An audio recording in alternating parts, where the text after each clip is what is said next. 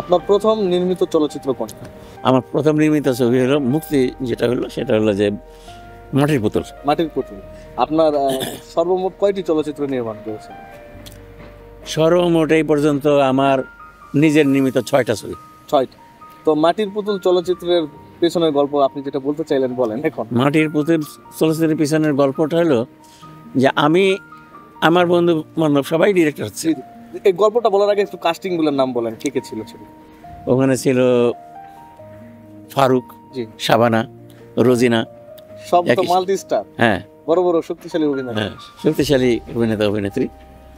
আমার এই গল্পটা অনেকবার আমি এর আগেও অ্যাটেম্প নিয়েছি, মানে মানে মনে করো 76 থেকে আমি চেষ্টা করতেছি যে গল্পটা। আচ্ছা, আমার বন্ধু বান্ধব অনেকে 76, 77, 78 মানে ডিরেক্টর হয়ে যাচ্ছে স্বাধীনতার পর। হ্যাঁ, অনেকেই ডিরেক্টর হয়ে যাচ্ছে, কিন্তু আমি দেখলাম যে আমার এই গল্পটা নিয়ে কেউ মানে না, সবাই বলে যে কস্টিউম ছবি, ওইটা করো ওইটা করো ওইটা করো। ইতিমধ্যে জবিটার একটা ছবি আমি কামাল ভাইয়ের মাধ্যমে সিগনেচারও করছি, যেটা পরবর্তীকালে এফ কবির আমার সাথে কাজ করেছে, ও করছে পরিচালনা। আমি ওইটা বুঝতাম না বা করতাম না, আমার ইচ্ছা ছিল যে আমি আমার গল্পটা, এই মাটির পুতুল আমার গল্প এবং আমার স্ক্রিপ্ট নিয়ে যারা আমাকে অ্যাপ্রিসিয়েট করবে, তো তার সাথেই আমি কাজ করব। আচ্ছা, আমাকে যদি প্রথমেই আমি গল্পই বলতে পারি না, স্ক্রিপ্টই লিখতে জানি না, আমি সিনেমাটা বুকের ভিতরে যদি সিনেমার প্রতি ভালোবাসা না থাকে, আর অন্যজনে গল্প লিখে দিবে, অন্যজনে স্ক্রিপ্ট লিখে দিবে, অন্যকে ফাইট করে দিবে, অন্যকে গান করে দিবে, তাহলে আমি তো ওইটার সাথে বিশ্বস্ততার সাথে কাজটা করতে পারবো না। সেই কারণে অনেকেই আমাকে বলতো, ধর আপনি ইগো ভ্যানিটি দেখেন, আপনি কীভাবে কাজ করবেন। আমি ইগো ভ্যানিটি না, আমি এটা অ্যাডমায়ার করি, আমি বিশ্বাস করি যে আমার নিজেরটা যদি করতে পারি তাহলে সবচেয়ে আমার জন্য উত্তম হবে। আমি যদি করতে পারি তাহলে করবো, নাহলে তখন আমি অ্যাসিস্ট করতেছি। কিন্তু অ্যাসিস্ট্যান্ট হিসেবে আমার 4-5টা ছবি অলওয়েজ থাকে, কারণ তখন অলরেডি মানে 500 টাকা থেকে 5000 টাকা বেতন হয়ে গেছে। কারণ রংবাজে আমি যখন অ্যাসিস্ট করি তখন সব অ্যাসিস্ট্যান্টদের বেতন ছিল 500 টাকা।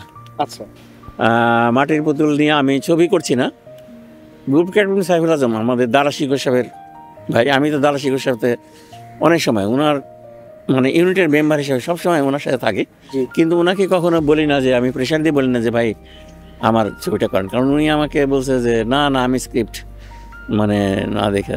আমি চিন্তা করলাম যে অনেকের ছবি ওখানে হচ্ছে, তা আমারটা, তো আমি ওনাকে যেহেতু আওয়াজ দিছি যে আমার একটা এরকম করতে করতে মানে ওনার একটা ছবির সময় ওনার ভাইয়ের সাথে আমার পরিচয় হয়ে গেল, গ্রুপ ক্যাপ্টেন সাইফুল আজম, এফডিসির এমডি হয়েছিলেন পরে। তো উনি একজন বিখ্যাত লোক, মানে উনি মানে এমনভাবে আমার সাথে আমার গল্পটা সেটা এমনভাবে অ্যাপ্রিসিয়েট করবো।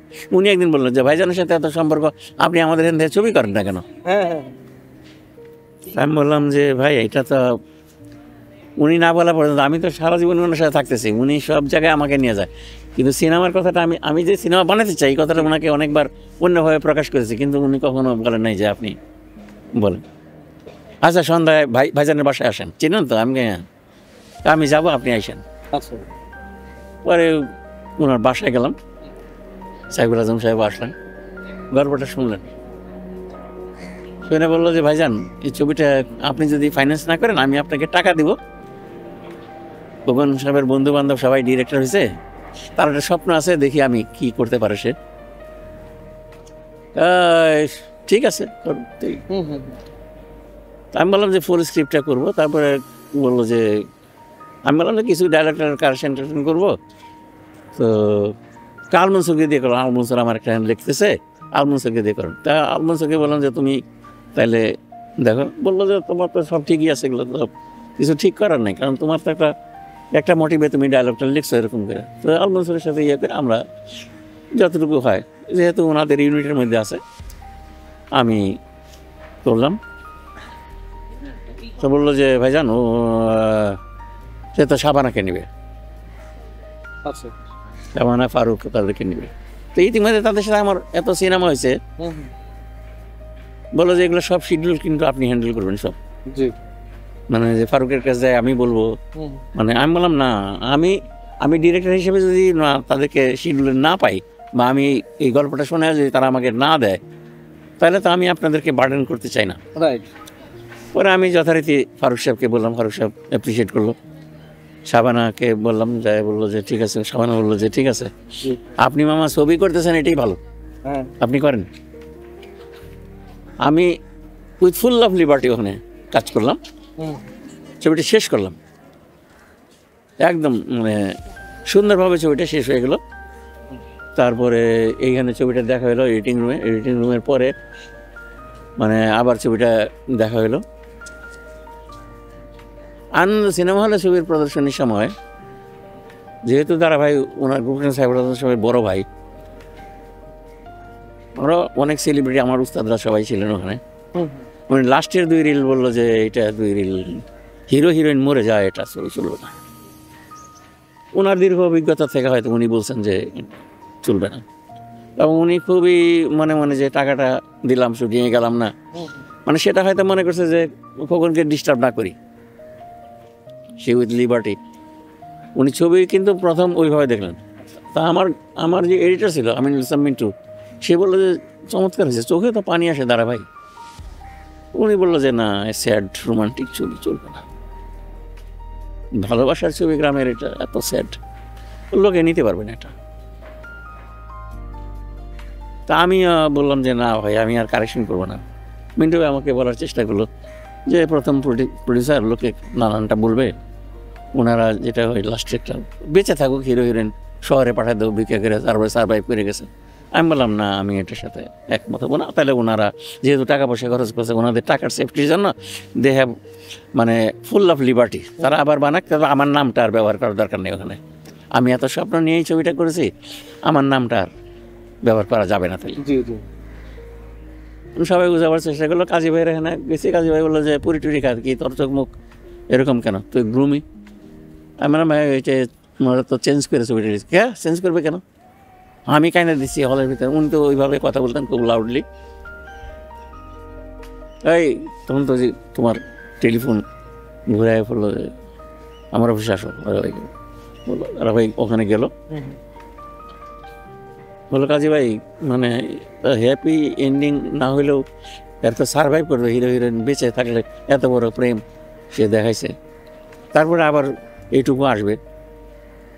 বললো যে তুমি আরেকজনের, তোমার বানানোর গল্পটা যদি আরেকজনে বানায়, তাহলে তুমি এটাতে তোমার নামটা দিবা? ঠিক আছে, ও নাম দিতে চায় না, দিও না, তাহলে তোমরা বানাও। আমার সাথে বাসায় গেলাম কামল ভাইয়ের এখানে, উনিও বললো যে ঠিক আছে, মানুষের সাথে ইয়ে করে দরকার নেই, তো তারা প্রডিউসার যেটা ডিসিশন নেয় করুক।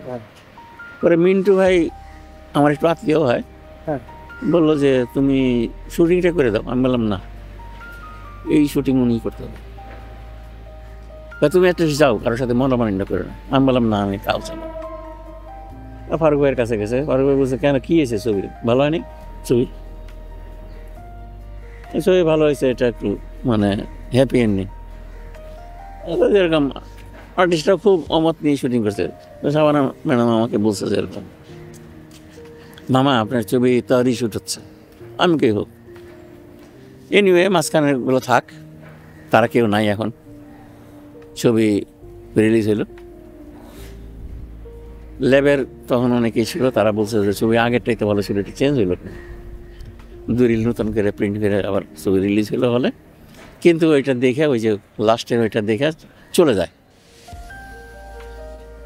আচ্ছা, তো চলে যায় জন্য পরে এই আবার মানে গ্রুপ সাহেবুল আজম বললো যে আচ্ছা খোকন সাহেবেরটাই লাগাই দেখি আমরা। এটা করতে করতে ছবিটা দিনাজপুরে গিয়ে, আমার রিল লাগানোর পরে দিনাজপুরে মানে আর মানে 1 হলে ছিল, 2 হল 3 হল হয়ে গেলো দিনাজপুরে। এটা আমার জীবনে অনেক হয়েছে, তোমাকে বলবো। এই দিনাজপুর, বগুড়া, এরপর থেকে আমার রিল দিয়ে ছবি চলতে শুরু করলো, ধারাবাহিক প্রফিটে চলে আসলো। এই আমার প্রথম ছবিটা হিট হলো। বাহ, বিশাল একটা ইতিহাস ছিল। মানে জীবনের প্রথমে ধাক্কাও খাইছি, জি, আবার মনে করো পাইছি অনেক।